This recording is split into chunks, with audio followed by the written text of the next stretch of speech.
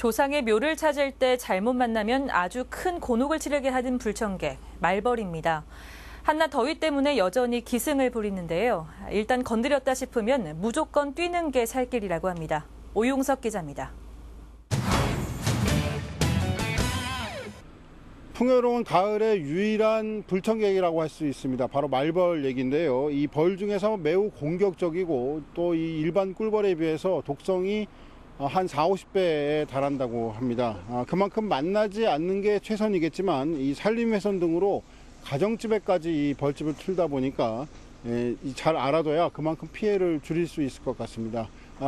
여주소방서의 지준현 소방교로부터 직접 얘기를 들어보도록 하겠습니다. 안녕하십니까? 네, 안녕하십니까? 한마디 나와주시죠. 네. 자, 우선 일단 건드렸다 싶으면 가장 먼저 뭘 해야 됩니까? 네, 우선 말벌집을 건드려서 공격을 받게 되면 가장 중요한 것은 벌집에서 최소한 20m 이상 이격하는 것입니다.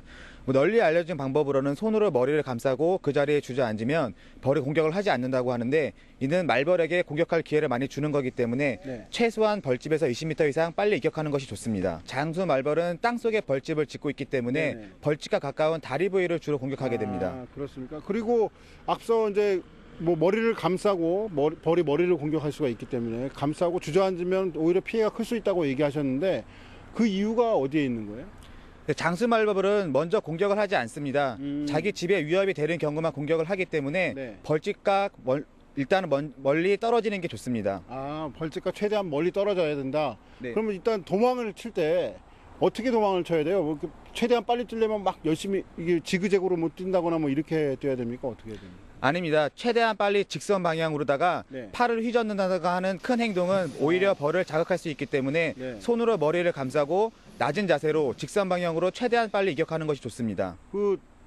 팔을 휘두르지 않거나 뭐 이런 몸의 움직임을 최소화해야 되는 이유는 어떤 거예요?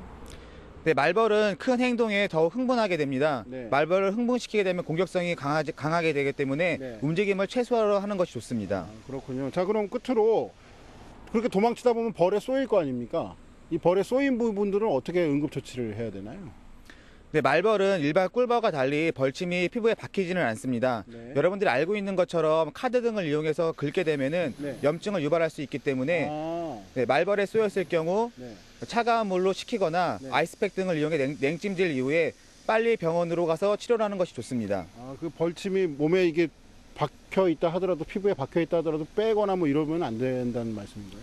벌침이 박혀 있는 경우에는 제거를 하는 것이 좋습니다. 벌집을 박아둔 상태면은 오히려 독성이 퍼지기 때문에 제거를 하는 것이 좋지만 말벌은 침이 박히지가 않습니다. 그렇습니까? 그렇기 때문에 이제 카드나 뭐 이런 이물질 등으로 피부를 건드릴 경우 오히려 염증을 유발할 수 있다, 이런 얘기가 되는 거예요? 네, 맞습니다. 네, 오늘 말씀 감사합니다. 네, 지금까지 여주소방서로부터 이 말벌의 피해를 최소화할 수 있는 방법에 대해서 얘기를 들어봤습니다.